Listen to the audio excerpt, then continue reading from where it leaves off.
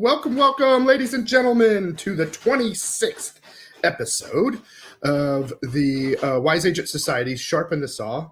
Today we have a returning special guest, Miss Paige Maccio, who works with Compass out of the Palm Springs, the greater Palm Springs area in California, along with Idlewild, California.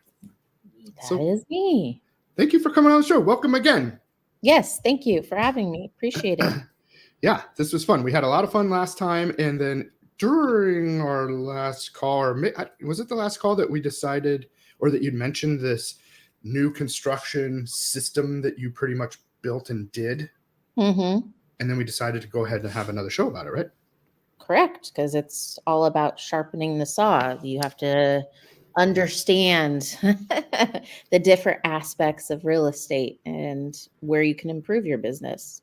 That's right. That's exactly what it's about. And I don't think that we can ever have too much knowledge or tools in the tool belt, right? This is a great tool to have in your tool belt. Absolutely. No matter what. So and we'll get into the whole shebang, but real quick, when I first started in real estate, whatever that was, 10, 11 years ago, which wasn't that even that long ago, I was encouraged by my mentor. I mean, I don't even think I had a license yet. I was waiting for my license to come in. And I was encouraged or instructed to go out to new home builders and build those relationships and preview the inventory. All that stuff I could do without a license. And I could post about it. And you know what I mean? Exactly. So that was a cool tip and trick that I learned right away that, this is inventory that's not necessarily on the MLS. I mean, some is, some isn't. And that's, I think, where you're going to bring in some tips on that. But well, kind of to play off of that a little bit, that's kind of how it got started for me is, okay, sure, I had a few relationships where I could do a couple of deals when I first got into the business, but then it was suggested like, hey, like go look at new construction. And, with my family being in, development, I thought, okay, let's do this. Let's go look. And there happened to be a new community up and coming in the north side of Indio. And I walked in the office and I basically just was honest with that sales agent. I'm like, tell me what you know. Tell me what I need to know as an agent when I'm bringing my client in here. What is it that is special about this community? And I just built a rapport with that person. And because he took the time to kind of explain to me, and he had been 20 plus years in the business, I then sent him a Sherry's Berries. I don't know if you know Sherry's Berries. Yeah, I've heard of it. It's sort of like edible arrangements, but not the same. But like nice, it's like chocolate dipped strawberries. That's what they are. So I sent him a Sherry's Berries just to say, hey, thank you. I truly appreciate you spending that time with me. And then literally 2 weeks later, he said, I have a buyer for you. They've been coming into the development. However, they just aren't wanting new construction. They want to resell. And my contract doesn't allow me to do resell. Would you like this referral? And, and so I think what we don't realize is not by connecting with new construction or new home sales agents, we're also missing out on an opportunity. It's not just about selling new construction, but if you have those connections, they have a pipeline that's coming into their office every day. And new construction might be out of their price range. Maybe they need to go find something resale for now. But wouldn't it be nice to be that go-to agent if they come in unrepresented, that those agents refer those people to? So smart. And those people buying these new construction homes or not, probably, or a lot of them have a house to sell too. Yes. And that new buyer agent can't sell that house either. Well, and it depends on who you work for. My big thing is I love boutique builders, and I'm about negotiating in your package. If you are the on-site sales team, is the ability to do resale, because one, if you know anything about builders or developers, they're very A-type personalities. And this is not a negative. This is just who typically is in these positions. Yeah. They want control. It's all about control, because if they don't have control, that's the difference of them losing money. Yeah. Okay. On the build, on the project. So they're very atypical, and they want to make sure in the sales aspect that they have that control. So for me, I always leverage, well, if you want control, the ultimate control is to allow me to do resale as well.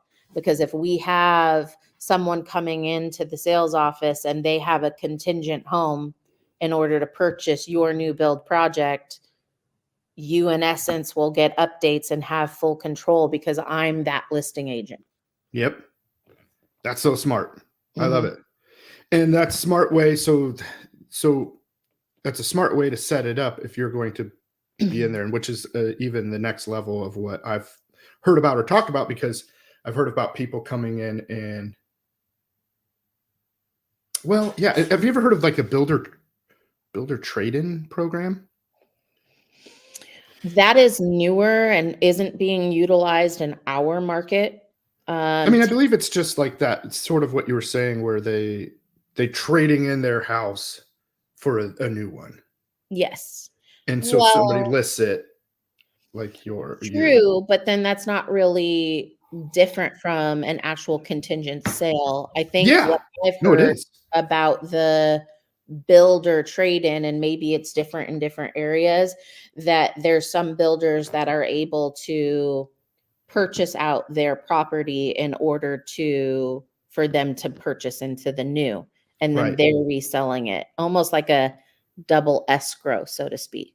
Yeah, You true. those. Right. Yeah, yeah. Or you said the builder buys it? Is that what you said? Yeah, Yeah, and yeah, so yeah. they have it listed on the market simultaneously of the new construction, Gotcha. you know, Gotcha. trying to leverage that difference. It's a little riskier, Mhm. because it really is a lot of effort for pretty much very little, Extra. upside. Mhm. Yeah. So, most builders don't want to do that. Yeah. Okay, makes sense. Well, let's back it up just a little bit Mhm. to how you and I know each other. So you and I, you want to tell the story this time? You tell how we know each other. Well, we go way back, San Diego days. Mhm. I wish I could say what about time frame. I think it was 2003, 2004. That sounds right. Um, El Cajon Parkway, Applebee's. You were the Oh, yeah. boss. I was a server. Um, that's how we met. Yeah, yeah, good old Applebee's, the Applebee's family, and we had a great time there. Some people loved me, some people hated me. I think most people maybe liked me, but I ran a tight ship, didn't I?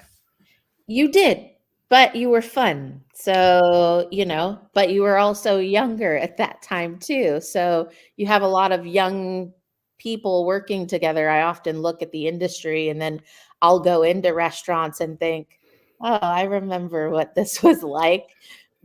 Do I miss it? Not really. I think it's just different.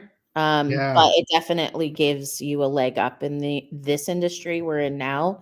The customer service background, I think, definitely helps. Um, Being a therapist, um, yeah, return clientele. I mean, it definitely gives you skills yeah. for this industry.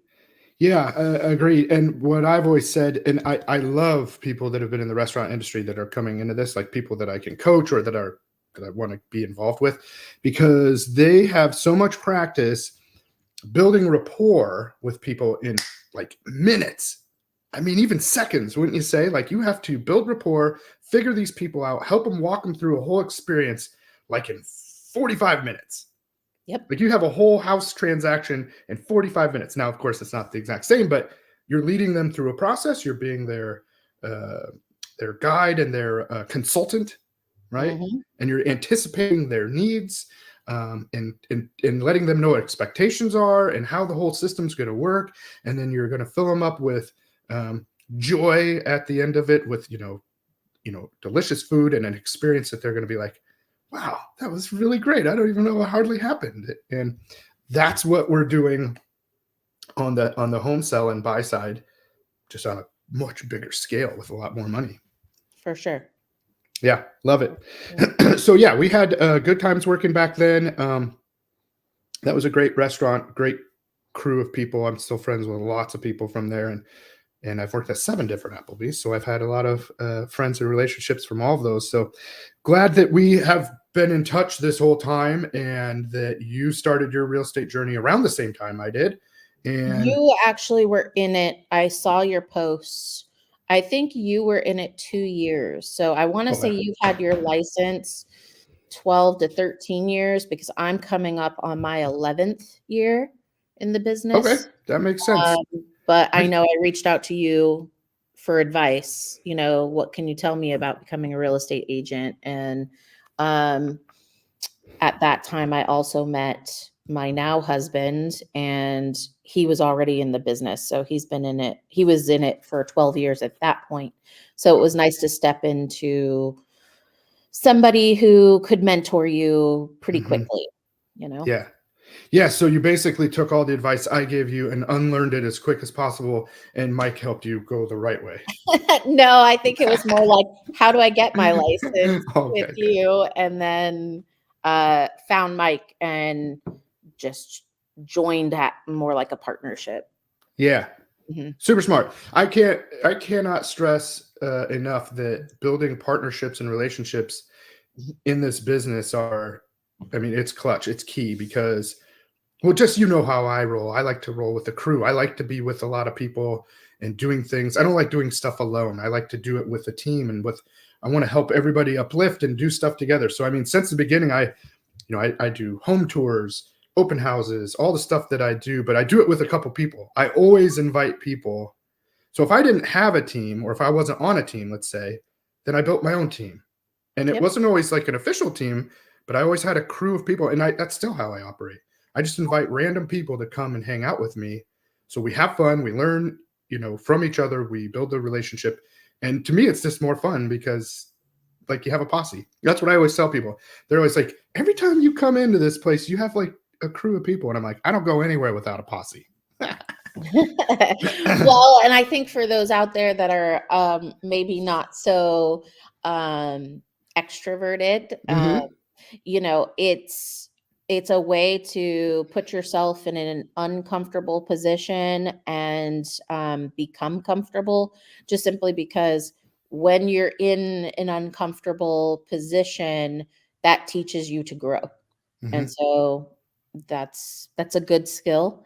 I think I've had a team, now I don't have a team, so I don't know if I want a team again. There's Been that there. healthy balance that I'm looking for.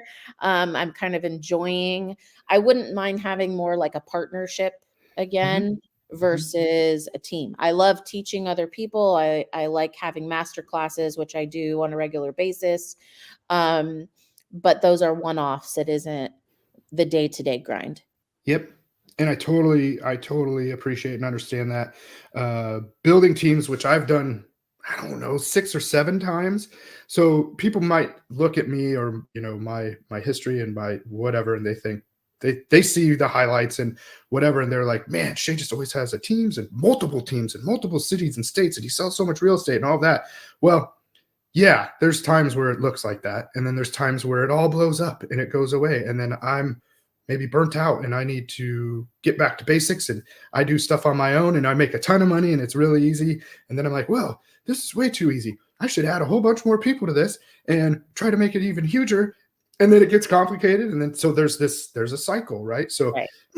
I think you're always, all of us, like it doesn't always look the same way, but we're all kind of evolving into a better and more efficient and balanced, like you said, um, you know, person or agent, that we can do stuff a little more sustainably, a little bit more smoothly, and yeah, like that. Yeah. So, but I think what also, if you're a new agent coming in, on the Jesse's podcast the other day. My The slogan Agent Collective, is, yes, Jesse Zagorski. there you go. Sorry. No, just so people know. Yep. Niches bring riches. And so I Yes. would say new construction for me was that first niche. Mhm. And I think that there's still a lot of upside, especially in this market segment that we're in right now. Mhm. There's going to be corporate new construction, but there's still enough boutique builders. I mean, there is no reason why us as agents, or if you're a new agent, shouldn't be plugging into your local builder association, going to Ooh. those mixers, um, getting to know who the developers in the area are. They often talk in these areas about where they're going next. So Okay. wouldn't it be nice to kind of have a leg up? Not a lot of agents show up to these things, but having a leg up, knowing what they're looking at, what their plan is in the next 5 to 10 years, and being prepared for that area of construction, I'm already taking notes. This is good stuff. I didn't think about those. So here's another good thing, and we talked about that a little bit at the beginning, was that for new agents, you don't have a database yet. You don't have inventory to hold open or to show or whatever. So first of all, I always recommend do lots of home tours, do caravans, pitches, go create your own video, tours weekly so that you're looking and learning the inventory. But here's a great example. The new home builds, they want you to come in. They want you to take videos and pictures and everything. Bring as many people and eyeballs on it, and they have all the materials for you, and they have all the stuff. And So. they want to send those materials with you. They want you to bring your clients in. But I will tell you,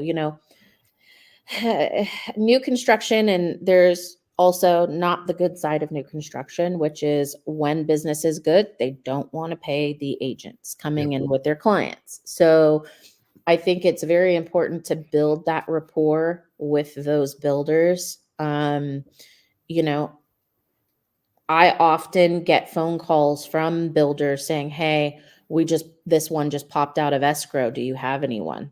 Mm-hmm. Before they even put it out onto the open market. Mm-hmm. It's they want to go to their pool of agents, and Yep. maybe you can negotiate a better deal with your compensation if Mm-hmm. they're coming to you first, Uh-huh. when it is a slower market, who are builders reaching out to and how much commission are they giving away? I mean, I've seen somewhere up with 4 and 5% for one side, Wow. and you're not, as an agent, doing much. It's the on-site salespeople who are doing all the paperwork, walking those buyers through every step of the way through construction. But I Mm-hmm. think with our clients, you still need to be savvy enough to speak the lingo in which new construction and new construction agents sit and use on a daily basis. And this Yeah. is why I created that slide I sent you about. Do you want me to pull it up? Yeah, sure. Let's do it. This one? Yep. I So don't we know how have, big this looks on the other side, but it looks good to me. I can read it. okay, good. You know, I've created, I do a master class on this stuff. I do a 5 series master class. This is the third in the series, specifically about new construction. So here, I don't need to go into too much of it, but it's Paige's top 18 questions when visiting new home sites. There is a difference, I will say here, with how many models do you have and how many floor plans do you offer. They may seem like they're the same, but they're not, because how many models do you have? That's physical structures that are modeled for you to walk through, right? Yep. Um, how many floor plans do you offer? That means they may have model one that you walk into, but there's 3 variations of that model that you can add square footage on or not. So it really depends on the builder, and they may seem like similar questions, but they're actually 2 different questions when you're going into a sales office. Yeah, because some of them aren't modeled, right? Like they Some of might them have are not a modeled, and whole something house. you're not going to be able to see, and they may not be able to even show you until they have sticks up on it and it's actual inventory. Or they could have some mid-process of being built, a certain floor plan, and they'll take you a lot of Yeah, times and say, "Here it is." You got to imagine a lot of things, but depending on what part of the process they're in, but they can kind of show you ones absolutely, and that I aren't can modeled. tell you just a poured foundation saying, "Well, that's the house," people are gonna be like, "This looks small." Because Mhm, if you go on a poured foundation, it looks smaller until mhm. you get the actual structure up. Yep, and also that just plays along with, empty houses look smaller than houses with furniture in them because people Mhm. can't wrap their mind around what size furniture would fit in there. It looks small, but I mean, you could fit a huge couch in there and a huge TV. Like it's things just look smaller when they're not put together yet. Right. And, of course, there's 18 different questions here. If anyone is interested, Shay can share with you. If you want to reach out to me, I'm happy to share it with you. Yeah, all Um, Paige's info is scrolling at the bottom, so reach out to Paige there or probably on Facebook. Are you active on Facebook and stuff? yep, Yep, definitely.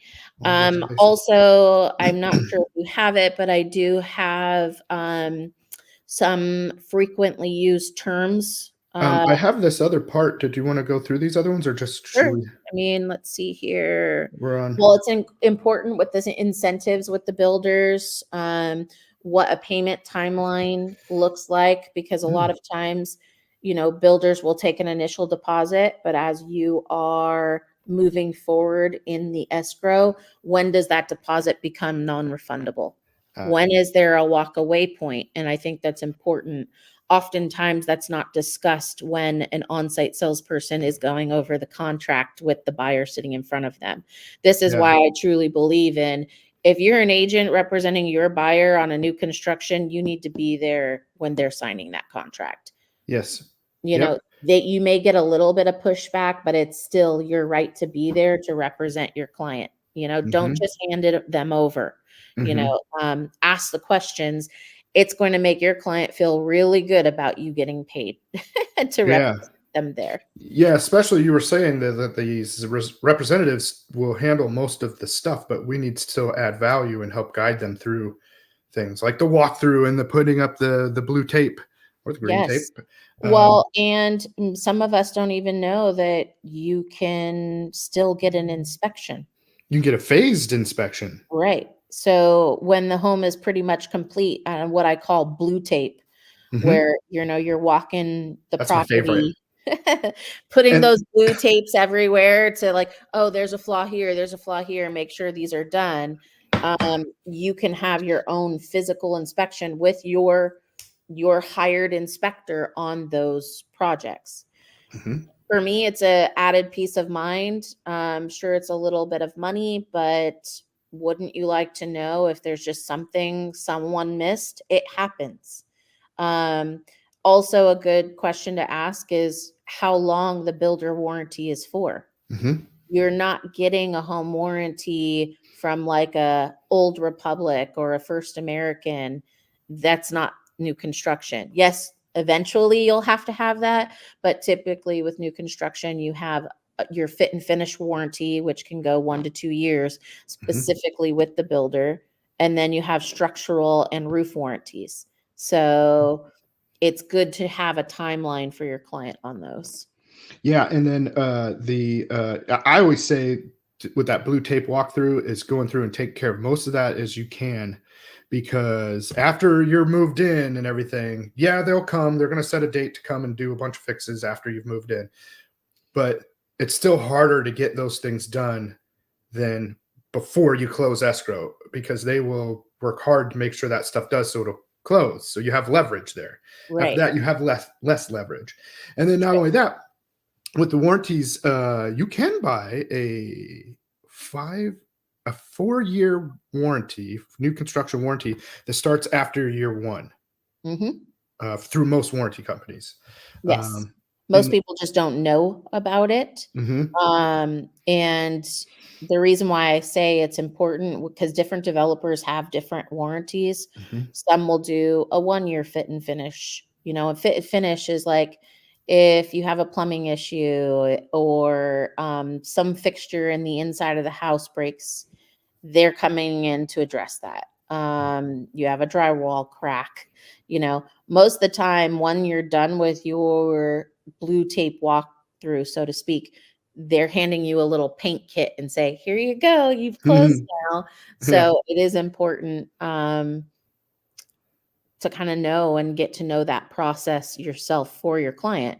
Hey, wouldn't it be fun to connect with them on a little bit better level and do the blue tape with them? You should be walking that property too. You should be putting blue tape on those walls. That's what I do. Yeah, it's funny when the what's the dude's name, that the guy, it's usually a guy. I don't think I've ever had a girl do it, but that's the lead whatever. He's not the general, but he's the on-site leader guy, whatever that's called. That goes and does the blue tape walkthrough with you usually. Oh yeah, Okay. that's typically the foreman, someone who is Foreman. There you walking. go. Yeah, so you're going with the job site foreman or whatever, walk around, and it's funny to me when they try to hold the tape and then they want you to point and then they'll put the tape up, and I'm like, just give me the tape, man. I'm like, I'll take the tape. Right. Give it to me. And then I just go around pop, pop, pop, pop, and they're just like, oh. So again, this is all helpful. So first of all, I kind of recommend doing that. You got to gauge your foreman guy. Sure. But building rapport and doing this more than one time and dealing with these same people at the same time, you get kind of a flow and you get to know how to work with those guys, and they might be more accommodating and less combative, maybe even if you've done it a few times with them. Sure. I want to see if you want to. Oh, sorry. Go ahead. Go ahead. Well, I was just going to say if you wanted to touch on upgrades in the packages, because what you see in the model home isn't necessarily what you get, right? Correct. And the good thing to know about those is that an on-site design studio, my two most important is my client going to a design center to pick their finishes? Is my client only able to get certain packages and color schemes? Because depending on the new construction project you go to, some are what you see is what you get. Here's the 3 color schemes. You're going to get this color countertop, this color cabinet, these types of floors. There's very minimal upgrades, right? Then you can go into semi-custom new construction where they're sending you to design studio. You're picking out design, but then before those items get added to your home, you're likely looking at anywhere from a 30 to 50% deposit Yeah. on those items. So have you negotiated some design credit with the builder? Is your client having to come out of pocket 30 to 50% on a home that they may not have those extra funds to do in order to get the upgrades they want? So I think it's really important as you start the process that you're asking these questions ahead of time. So then when you have the ability to negotiate with the builder, maybe some incentives for your client, it would help to know what that looks like. I mean, what if your client honestly doesn't have the $20,000 to put down on upgrades? And so everyone knows those are typically non-refundable. Yep. So if you've negotiated some kind of design credit with the builder, maybe they don't even have to come out of pocket. I love that. Well, let's touch on that a little bit more in a minute. I wanted to see what we have on here. Oh, these are more questions. Any of these really important that you think to good to talk about? I mean, obviously nowadays with the county pretty much keeps the new construction in line with energy efficiency. They have a scale that they have to adhere to depending on what county codes are. And everyone wants to go green energy, green, green, green, green. So what that means is you're likely to see solar packages now more and more with new construction, because then they're not really needing to deal with too much in the sense of meeting those county codes when coming to build. You know, they have a certain amount that they have to meet. I think it's like 134 points. Right. Is that for lead certified or what? I just did this in my CE. I wish I It's a green paid attention. certification, but let's give solar here in California. Solar takes up like 38 points. Okay, That's to good. have solar on the property. Then it's about how many SEERs the AC has, you know, energy efficient lighting, appliances. Everything gets ticked off boxes. The type of construction. Are we doing a 2x4? Are we doing a 2x6? You know, what kind of insulation are they doing? All these points they have to meet per county code. Yep, cool. And the construction schedule look like that's always good to stay on top of and help your client to understand, because that might change. And have you ever had it where prices on materials go up during a construction thing? Have you ever seen that? And like stuff price changes? Have you ever seen that? Say that again. What if it says, what if the materials go up, the price of materials go up during construction? Have you ever had that happen, or like prices change because material pricing changed? Just curious. It does depend. You know, typically you don't want to go into a community where the builder is changing pricing on you Yeah, after that's what I already mean. signing the That'd be contract, weird. right? Yes, sometimes construction costs go up. Typically what builders will do is reflect that in a next phase. Ah, I see. Yeah, makes So sense. this is why you also, you know, getting in the first couple of phases of a multi-phase community is, I think, key and is a smart move on a agent's part to get their clients in sooner, just because you're going to create equity by the time that development has closed out. How would you That's feel smart. if, you know, every phase a builder goes up from, you know, anywhere from 5,000 to 30,000 in price per phase? Yeah. You know, my last project, we were going up 10,000 a phase on all of our construction. And And how many then phases did it go? 7 phases. Wow. Okay. Yeah. So it's So significant in the end. you're significant in the end. However, you're also, with the first couple of phases, maybe they're not doing lot premiums.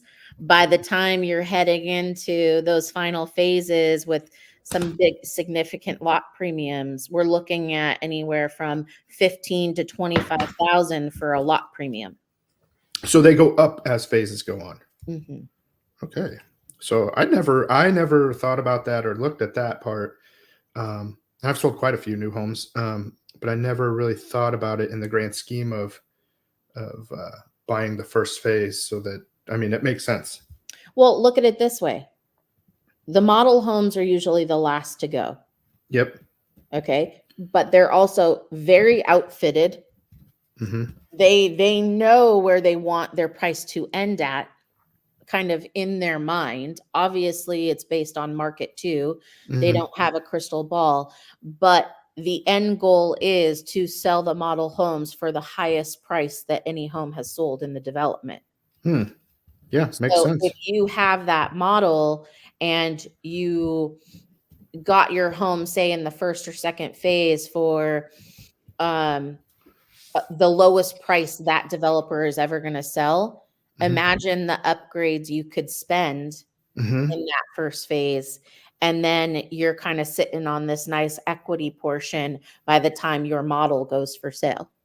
Yeah, and you could outfit it like the model home, but essentially, I mean, for Not for free or for crazy cost, right? very less I than mean, what somebody else you is could doing. be spending maybe 30,000 on upgrades. Let's just put a ballpark out there that will cost someone else, not just 30,000, but they've also spent 60,000 more on the home for your specific model because of the phase they're in. Yeah. And then a lot premium too. Mhm. What would that be? Like 10 grand on top of that? Maybe some of them?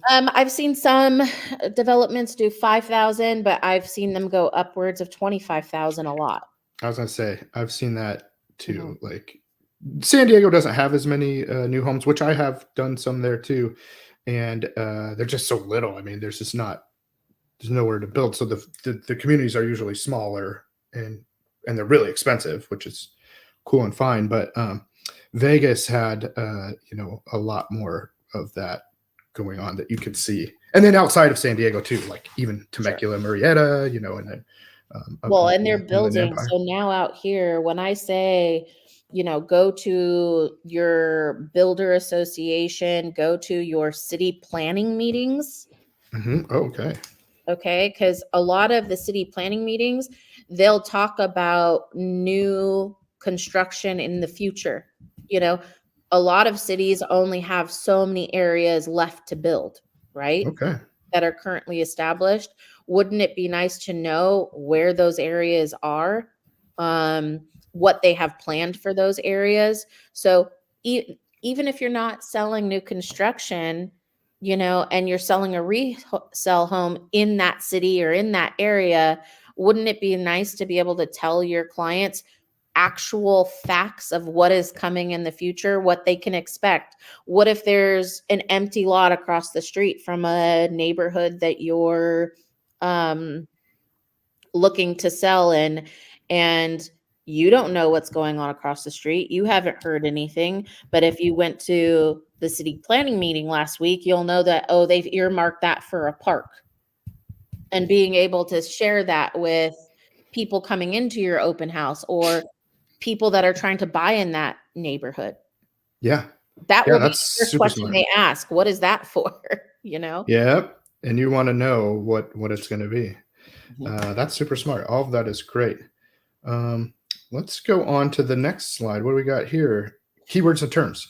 These are some of the keywords and terms I've come up with, to make yourself seem like you know more maybe than you do when going into new construction.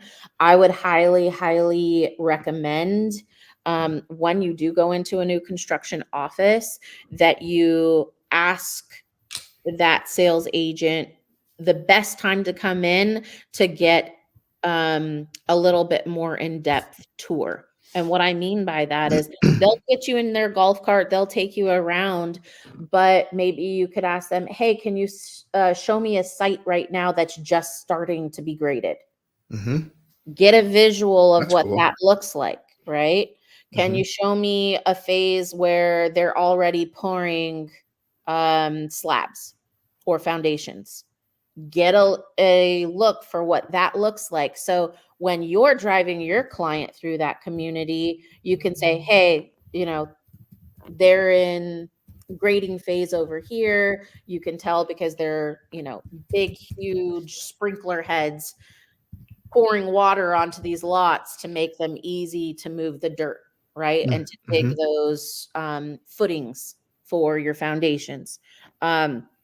But knowing what phase each home is in or which phase the phase is in is, I think, crucial. It makes you seem like an expert in new construction. We sell homes. I know selling homes isn't just walking and opening the door and saying, does this house look great? Mm-hmm. Wouldn't it Yeah. be nice to have some kind of construction background? So, I mean, this is our field, people.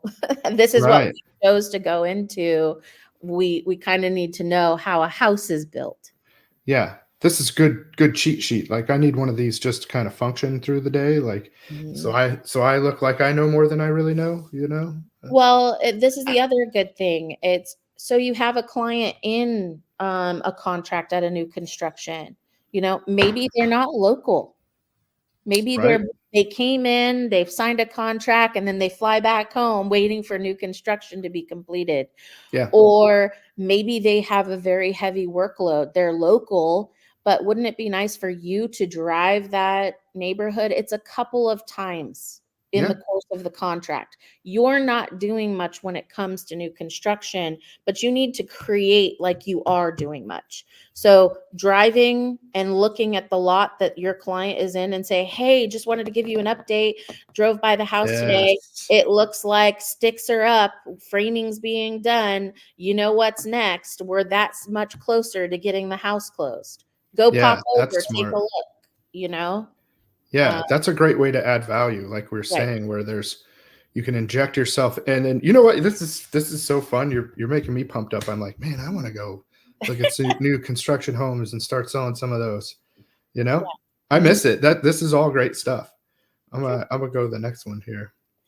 More keywords. It gets a little bit more in depth, you know, using words like lath and scratch. Well, what's that? It's, you know, the metal pieces that you see going on the exterior of the house, and they're mudding it, right? It's the materials that go on the exterior prior to a stucco. Yep, getting ready for stucco, which that's not always going to apply in all around the country. Like where I live now in Iowa, there's a lot of siding. Yeah, so different, but so that's different. They're going to look different, right? But good to know how they do it in what area. And some places they'll still do even siding and stuff in California. So it's not. It's mostly stucco, and actually, I prefer the stucco. I feel like it But I insulates think better. that, you know, you'll still have to do a lath and scratch prior to even siding going on, because that's part of your barrier for insulation. But that's something that, you know, it's a term. Know what the term means, and it doesn't take long to talk about that with someone. Oh, this is, you know, most of the time they're like, okay, let's just move on. But they trust you 100% that you know what's going on and what you're doing. Yep. I'm just seeing what else you got there. It's just basically going down the process of, you know, a phase. These key terms will help you, like I said, when you're driving the property, when you're giving them updates, what to look for so you know what phase of construction their homes are in. Love it. We'll go to the next one. Oh, that's it. Those are all of our cool. Good. Because I wanted to ask you here, we're getting close to a short time here. I wanted to ask what are some things that you would recommend that you can negotiate on with the home builders for your client? And then how does that look? Like, how does that conversation go about? How do you get leverage, or how do you make negotiations happen? Sure. Well, again, I think it goes back to the first time you're walking through that new construction development shouldn't be when you're bringing a client. It needs to be prior to you bringing that client. I mean, go right now or make a list of the new construction developments that are in your area and go register yourself and go talk to people. Don't wait for you to have a buyer who's interested and be the first time going in there. That's one. I would say that for all real estate. So I sold a lot of luxury real estate, and I would go into like $16 million houses regularly and take photos and videos and share it with people and talk about it. And people, like, I remember agents sometimes would be like, do you have a $16 million buyer? Really? And I'm like, well, not right this second, but if I have one that shows up, I want to make sure that I have all my stuff, because I live here. I will live in Del Mar. I live in, I'm going to come across whatever. And if I hadn't done that, how would you sell a $16 million house if you've never been in one? Right. And the same thing, how would you sell a new construction home if you've never been in one? How do you feel comfortable? You don't want to be fumbling. You want to look like the expert. You want to go in confident. You want your buyers to feel confident in your ability, right? Maybe that's not the development they buy in, but do you think that they're going to go to another development on their own and register themselves without you? You don't want them to. You want a commission. Do you want right. a commission? So I say go ahead of time. Also, the leverage to going ahead of time is asking those deeper questions with the sales office of What are your incentives? Okay. So say my buyer decides that they want to go with your lender. What lender credit is your lender giving? Most of the time, and this goes back to that A personality being in control. Developers have their own lenders they work with because they have the red telephone that if something's going wrong with an escrow, what is up? What's going on with the buyer? Why are we delayed? Yeah. If going with one of their preferred lenders on site, the builder is going to have a little bit more grace for there to be hiccups in a loan process. Yeah, the communication is really good between them. They know what's And going it's their on. people. It's who they told you to go with. And so if it's their lender that's having the issue, they're giving the buyers the grace, and you're not having to scramble to meet this expectation by using an outside lender. I'm not trying to say we have our people too. We want our clients to use our people, but sometimes it is better to go with an on-site lender because one, you can get anywhere from 5,000 upwards to 25,000 in closing cost credit from that lender. Yep. Plus, it buys you a little bit of grace if there is loan hiccups with that builder. Yeah, and now they're giving interest rate buy downs too. So you could for new home builds, they're like in the fives. I think, I was just going to say, I've seen one at like 4.9 in this area where they're able to really take that rate and put you into that rate for a good time period. I don't know when we're going to see. Well, actually, I do know. That was a lie. I went to this, the state of California. It was our economic forecast, and the gentleman the state leans on for all of these economic updates. They're saying we're not going to see interest rates in the 5% for at least 2 years. Yeah, that's what I've been kind of hearing and seeing and forecasting too. So if you can get new construction and be just slightly under 5 or in the 5s, that might be, I would say, a better position to be in. This is framing up to be a cool scenario, right?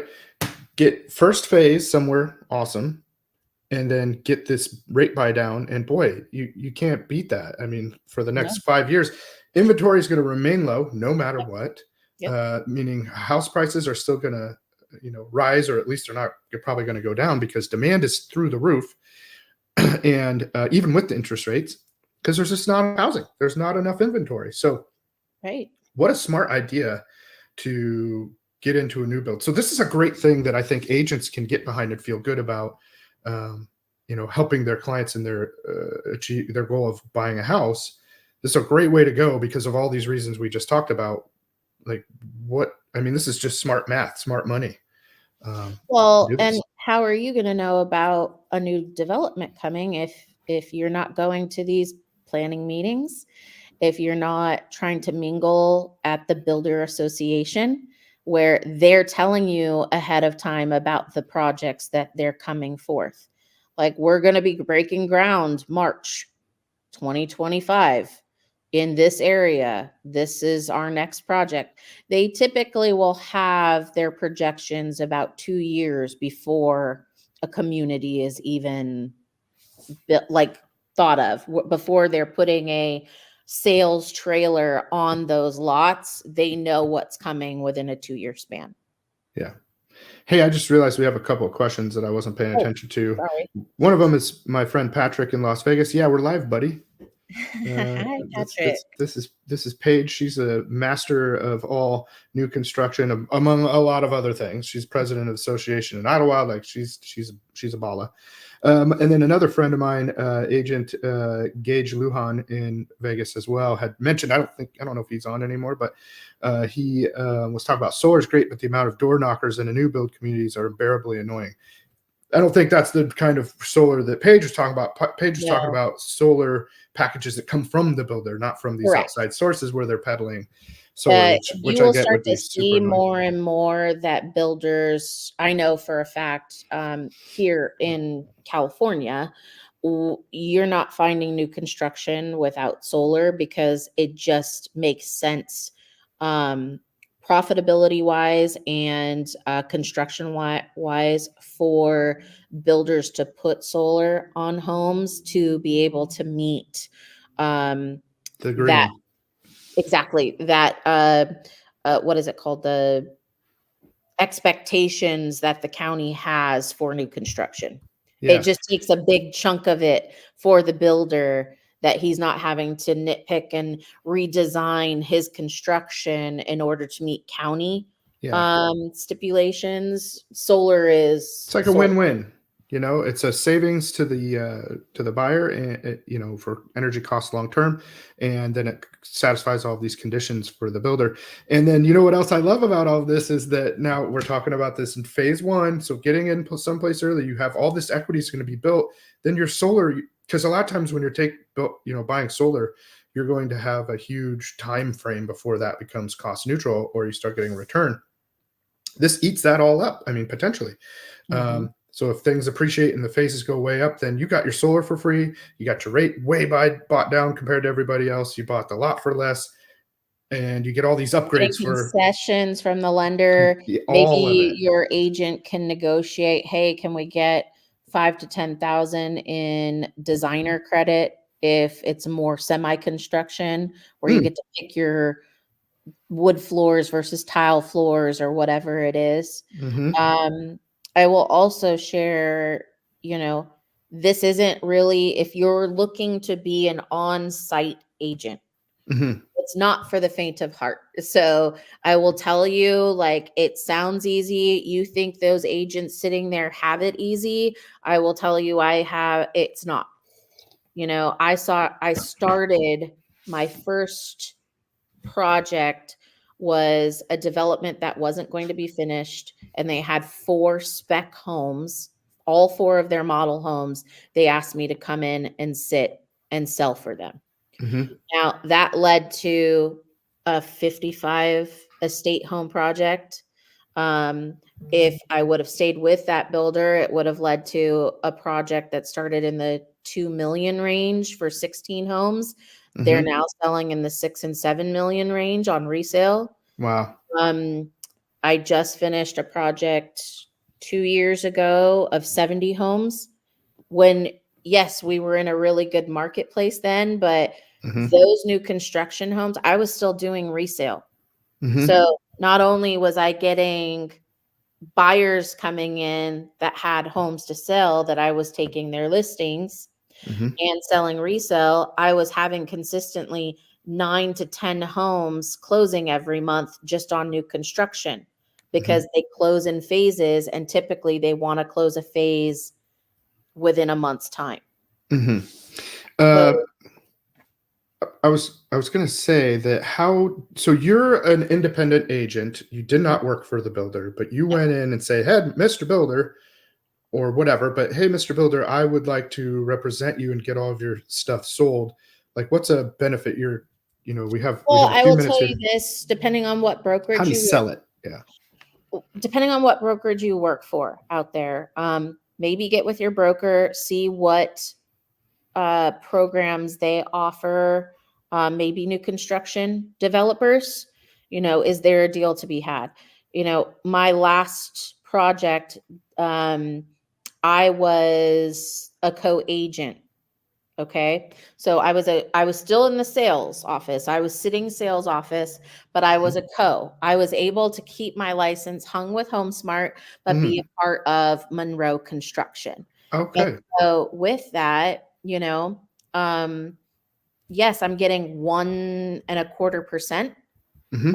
1.25% was bringing in $22,000 a month. Uh-huh. Okay. You know See? what I'm saying? So it's all relative. It is about volume sometimes. Mm-hmm. Then my estate project, the 55 estate homes, HomeSmart was the broker Okay. when I was with HomeSmart. Mm-hmm. HomeSmart brokered that. So we negotiated 2.5% on any side If I was bringing in a co-agent to help me sit the office, I could offer 0.8% to that agent, and then I was taking the rest. Gotcha. You have Yeah. to get yourself versed. You going in as a co-agent is great, but being able to be the lead agent is better because your compensation is better. Yeah, it's like you get paid and then you pay whatever it is to help get it done.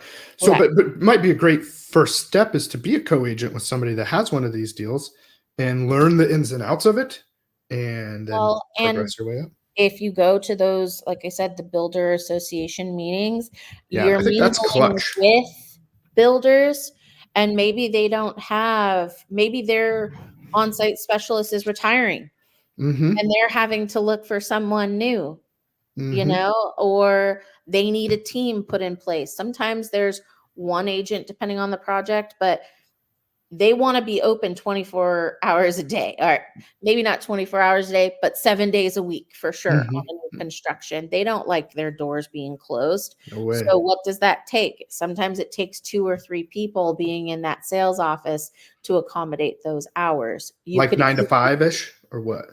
I would say typical hours are 10 a.m. to 5 p.m. That makes sense.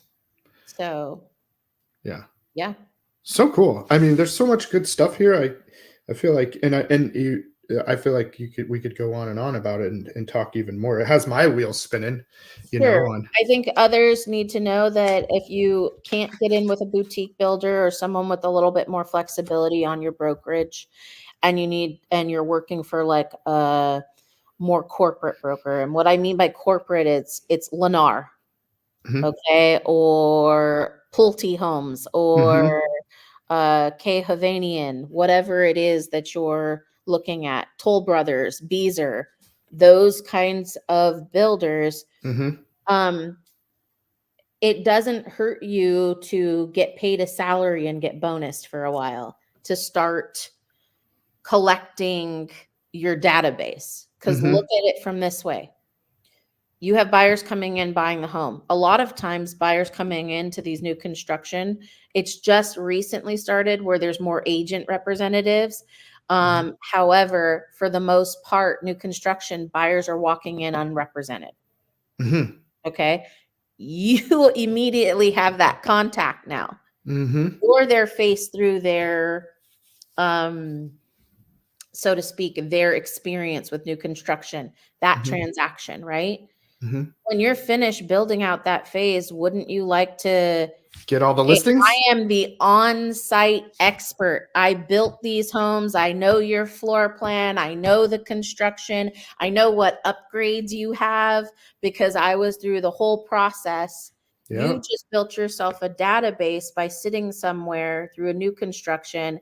And if you position yourself right in the marketing, sending out, hey, I'm your girl or I'm your guy for resale, you've now created your niche. Right. I Your love that own idea. community. I know some people down in like downtown San Diego. I sold a condo unit that's right on the water, right across. Looks like the Star of India. Right there's that water pad and stuff down there, and the guy that sold all of the condo building originally now has an office in the there's some retail stuff on the bottom. He has his office in there and he sells the whole building. He's the listing agent and buyer's agent for a ton of he just Homes. stayed in contact with him. He's a super nice guy, Yeah. and he's professional and he's good, and that's what he does. And he goes boating and fishing, I think, in the meantime. But It's wouldn't it so be smart. nice? Like maybe you buy in the development. Yeah, Okay. exactly. Now you live here, you help build them. What better person to help sell the home or find buyers because you have a list of buyers now that maybe have friends that are looking to get into the neighborhood too, So smart. create some inventory for yourself. I love it. I love it that this is such a cool niche that can provide so much, not only short term, but long term. I mean, you could base a whole career around this very easily. And gosh, it's efficient as heck too because of all the people involved. I think it's super smart. I've done this on a minimal level, but I like the whole organized idea of this, the way you've done it and the way you've set it up. is super duper smart. So I think so many agents out there can learn from this, especially in a market like this. Here's a great opportunity where you're needing some ideas or ways to improve and or get more business. I mean, here you go. It's easy. Well, I mean, it's simple, right? Maybe not easy is not the right word, but be consistently going out and engaging with these new home builders. And I like the local builder association meetings and stuff. I never even thought of that. I would totally do that. That's great stuff. So thank you very much for all the information you've shared today. Do you want to sum it up in a couple of words, maybe that of your own, and then we'll take it on out? Well, I think, again, I'll go back to niches bring riches. This is a niche. So make sure you get in. This could be a lifelong niche for you if you position yourself right. And it just takes you getting into one community. I mean, there's people I know that sell Sun City. They're the #1 earners. They're, that's 4,000 homes or 5,000 homes they have access to. They're making well over, $600K each a year, sometimes more. And they live in the community. And they have a waiting list of people that want to work with them. I don't think we could qualify, you and me, for that one. No, not for Sun City, but but I'm saying, but I see what you're saying. Other developments in the same way, Yeah. Yes. When you're structuring your business, look for other developments in the same way. Get with someone, even if it is a Lennar build and you're a Lennar agent for a couple of years. I love it. I think it's smart. I never looked at it this way. It'd be nice to sell in a community with 200 or 300 homes and you're consistently not having to go anywhere but that community, and you're selling, between 20 and 80 homes a year because it's just that development. I love it. I don't know. Smart stuff. Thank you so much for this information. This has seriously been an information-packed, helpful show. I think so many people can learn from this and do better. So thank you so much for imparting your knowledge on everybody and being that person that gives to the agents and helps bring our whole community up. Yeah, absolutely. Thank you for having me. You bet. I look forward to the next time, and we'll do it again soon, and hope you have a great rest of your day. We'll see you all next week on the Sharpen the Saw. I think it'll be episode 27, so we'll see you all there. Awesome. All right. Have a good day. She gone.